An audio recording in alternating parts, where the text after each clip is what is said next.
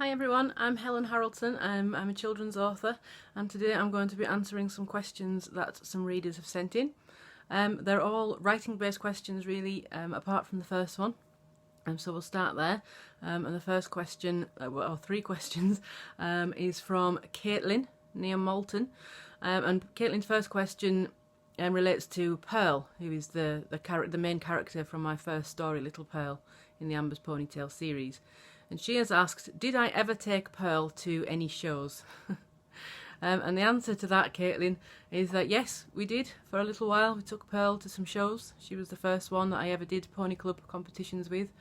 But Pearl wasn't very keen on shows. She didn't really like jumping or pony club games or anything that involved going quickly. She was a very steady, sensible, safe pony, so she was good at handy pony. But we discovered really that Pearl wasn't very keen on shows, so we moved on to different ponies for that, to try and find ponies that actually enjoyed going to shows. And Caitlin's second question is, how old was I when I got Molly? And Molly is also one of the characters from Amber's Ponytails, because those books are about my real ponies that I started to ride on as a child, and I was 13 when I got Molly. And then Caitlin's last question about ponies is, how many ponies have I had altogether? Now ponies, that was only 3. So Honey, Pearl and Molly were the only ponies that I had, because after that I went on to horses. So I've had to do a bit of remembering and writing down of all their names to try and remember, because it's been quite a long time that we've had these horses. So after the ponies, the first horse I had was Rusty. And Rusty, well, I won't tell you that actually, because it'll spoil the books. So Rusty was the first horse I had, and then since then I've also had Lady, Ginny, Jigsaw, Eva. Eva was my dad's horse actually. Blossom, Noddy, Charlie, Maddie and Holly, and I also had Rio and Millie on loan. So I think that might be 15. So that's quite a few. Okay, Caitlin, so I hope that answers your questions about ponies. So on to writing questions now. The second question is from Keris in Brighton, and she has asked, what am I writing now and what will I be going on to write next? So what I'm writing now is the 5th book in the Amber's Ponytail series, because book 4, this is the 4th book, Amber's Challenge, that's coming out on Monday the 8th of February. So that one's imminently about to be released, and I'm just trying to finish the 5th book in the series at the moment. I'm on to chapter 19, so there isn't too long to go for that, but obviously once I finish the first draft it will have to be edited, and I'll still have quite a bit of time to spend on it before it's finished. But after that, my next plan is to write the sequel to The Dalmatian That Lost Its Spots. I'll be writing that one next. That one's doing really well at the moment, selling lots of copies, getting some great reviews for it.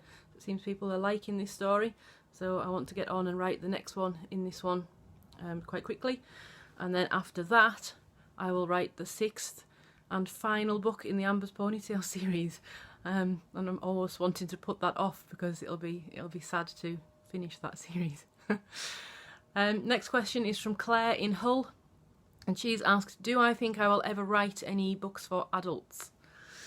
I have no plans to at the moment, Claire, but it just depends, I suppose, whether an idea for a book for adults comes up. But after the Amber's Ponytail series is complete, I have got an idea for another trilogy of horse stories, but they'll be kind of for teenage readers, so a bit in between. The current pony books that I write are middle grade, and I've written for younger as well, so yeah, this will be my first go at writing for teenage readers. Question 4 is from Olivia in Castle Douglas, and she has asked, do I have a favourite book that I have written? And I can't really say that I have, Olivia, because, you know, as you know, the pony books are about my real ponies from my childhood, so it's lovely to be remembering those ponies and the memories that are coming back. The Dalmatian That Lost Its Spots is about my own dogs, so it's about Lucy and Petra, my dogs, so I enjoyed writing that as well because it's about them. And A Tale of Two Shoes, which is my book for younger readers, although this one isn't about any of my animals. This one's a complete work of fiction. It doesn't contain anything, any animals or anyone that I've known or anything like that. I really like this one because it's the first illustrated book that I had. So, you know, seeing the illustrator's pictures coming in based on the words I've written, that was really special. So no, I can't really say that I do have a favourite book that I've written. The next question is similar, but it's from Mia in Enniskillen, and she's asked, what is my favourite book? Now that's a bit of a dangerous question, Mia, because I'm a real book fan, and for 12 years I've worked as a librarian in a school library, so you know, books are a daily feature of my life. So I could ramble on and on for a very long time about that, but I have some just to show you about favourite books sort of in different stages in my life, really. So the first one that I can sort of remember from being really young and having this read to me by my parents is The Velveteen Rabbit. It's a really gorgeous book, and this is my copy that I had when I was a child, so I've really kept hold of that and looked after it. It's very special. The next book probably had a big influence on me, and it's the book that I have read the most times. So when I was younger and I used to read independently, I would just read this book in a loop. So I would read it to the end and then just flick back to the beginning and start again. And that book is The 101 Dalmatians by Dodie Smith. And this again is my copy, and you can see it's looking a bit old with its yellowed pages. But I love that book. You know, I've now had 2 Dalmatian dogs, and I'm writing my own Dalmatian stories, so big influence. And another book that I think has probably been a big influence on me as a person and as a writer would be Black Beauty by Anna Sewell. Just, you know, for what it kind of shows you about your responsibility towards animals if you're going to have them. You know, and understanding what they might be thinking and feeling. That was a really good one. That I've read more than once, but not as many times as the Dalmatian story because it's so sad. I can't read it too many times. And my favourite book for adults is this one. It's called Phantom by Susan Kay. And it's not a book I would have picked myself, really. It was recommended to me and I read it and I just thought it was amazing. It's the story behind the Phantom of the Opera.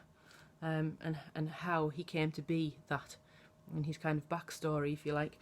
And it's dark, and it's beautiful, and it's very sad as well.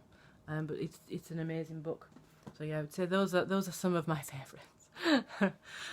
Next question is from Hannah in Tyne and Weir. This is a very difficult question to answer. Hannah's asked, once I have a plot line, how do I expand it into a full book? And writers do that in all different ways, so I can only talk about myself. I tend to, you know, start with an idea and turn that into a premise. So I will have, you know, this is a story about, so I can sort of sum up in a sentence what the story is about, so I know overall what it's going to be. But turning it into a full story, I have to kind of think about my main character, and I have to think about what does that character want? What do they really want or need, and why? And then I have to think about putting a problem in the way so that they can't get that. They can't have that, because it would be a very boring story if everyone just got what they wanted. So what do they want? Why do they want it? What's stopping them? What's the problem? And then so what am I going to do about it? Or what is the character going to do about that problem to try and overcome it? And that helps to start the story, because all stories kind of have an inciting incident near the beginning where something happens to the character that changes the course of their life. It changes the way they live their normal everyday life. And it's often a problem. It's often something that's a difficulty, or it's going to cause conflict. So that's how I get started, but then I have to think about what other problems are there going to be, because the more obstacles you can give your character, the more of an interesting read it is for the reader, because they've got, you know, lots of obstacles, lots of things getting in their way, which creates tension in the story, makes it more interesting. So I tend to kind of think about my key scenes. What are the main scenes that the whole story kind of hangs upon? And I have them, I kind of write those down, I plan those. Some writers like to plan in a lot of detail and they like to plan every chapter. I don't do that. I do like to kind of, you know, be excited by a story and not exactly know what's going to happen. You know, I know where I'm going, but each chapter just happens as it happens. And I tend to write a chapter at a time. So I'll write one chapter and then I'll go off for a horse ride or a dog walk, and that's where I think a lot about what just happened in that chapter, where I'm going overall, so what needs to happen in the next chapter. Because each chapter needs to be kind of a story on its own. There has to be something that happens in every chapter, and I like to try and end chapters in a way that leads into, you know, wanting to read the next one. So that's sort of my rough outline, Hannah, of how I plan a book and get it from initial idea into a full story. And then my last question for today is from Ebony in Salford, and she has said, what is the best and worst thing about being a writer? And I would say for me, the two things are linked really. I would say the worst thing about being a writer is having the confidence to do it and to write, because when you start a book and you're writing the first draft, it's not brilliant. First drafts are never what gets published, you know, so you're writing something that you know isn't brilliant. It's not, you know, it's not ready, and it can be hard when it's at that very rough stage to think it's going to be any good. So that's quite difficult.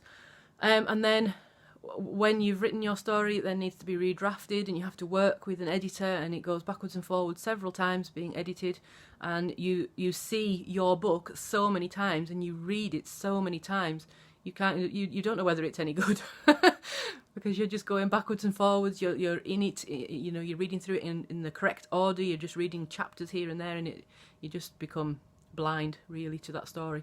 So yeah, having the confidence to know that people are going to like it and that it's good is probably the worst thing or most difficult thing about being a writer.